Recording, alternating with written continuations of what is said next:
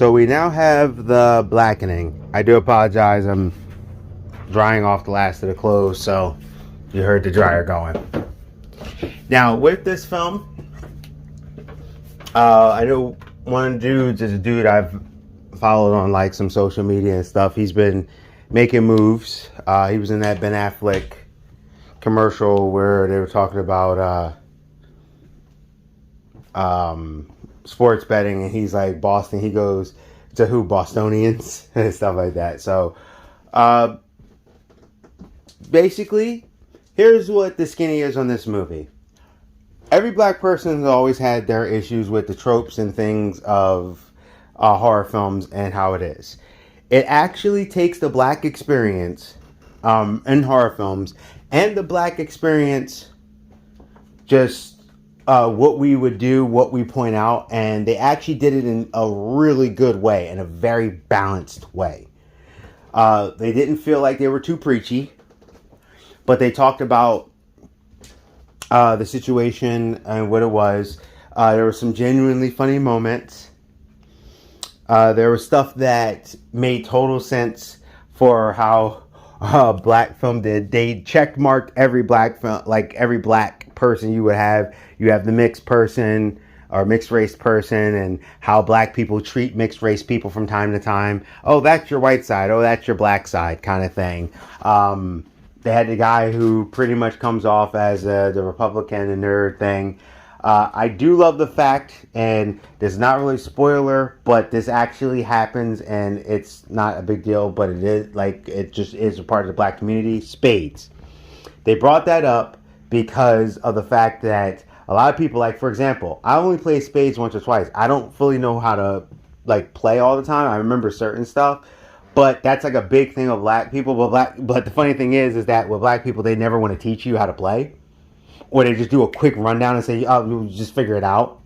And you're like, "Well, I need to know how to play." So I thought that was very interesting that they brought that up, because that makes sense, because that is a big part of black culture. Like I said, they had the different colors of the rainbow for black people, the different types, people who are more well-to-do, people who seem to be less well-to-do, how it was, the connection.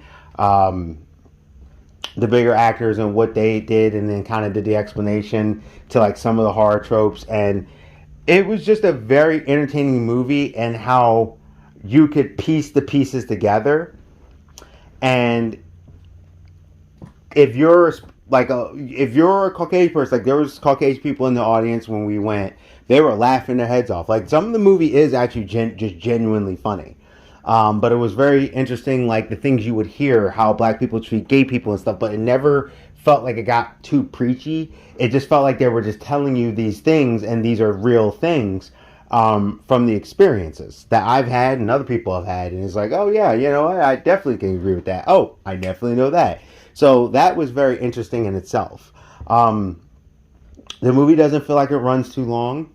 There's, a little bit of mystery to it and how they did it. There's some heartfelt seriousness to it, especially when they got put into situations where they had to make decisions. And I thought that was really good. And then it talked about some of the sensitivities and insensitivities that we have.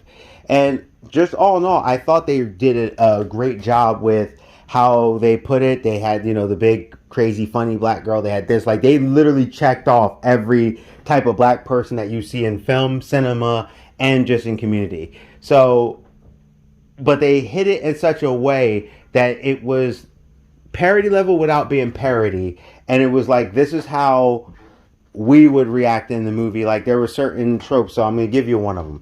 One of the things I cannot stand in horror films is that when people have weapons, they drop them.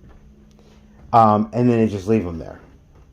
Now, Cabin in the Woods addressed this with the little electrical thing where they were manipulating, so the girl unconsciously dropped it because she got a shock. But that's just stupid. I'm going to hold a weapon, especially in a situation where I have nothing and I'm fighting some big monster, big person, or big anything. If I have my hands on a weapon, I'm going to keep the weapon. And they actually did address that in the movie. So little things like that. It was really, really good how they did it. But all in all, definitely, I would say this movie is a good time. If you want to just watch a nice kind of almost turn your brain off, but kind of laugh at the tropes that they've just been developed over the years. It definitely is the movie that hits those things.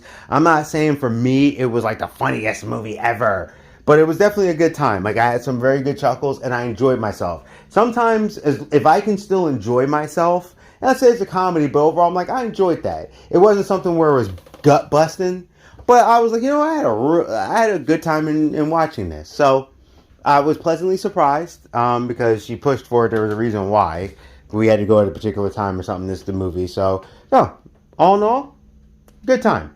That was just me. So, Geek Protagonist, you stay safe, you stay healthy, you stay real. And I'll see you. And yeah, you'll be getting more reviews throughout the day just because I'm playing catch up.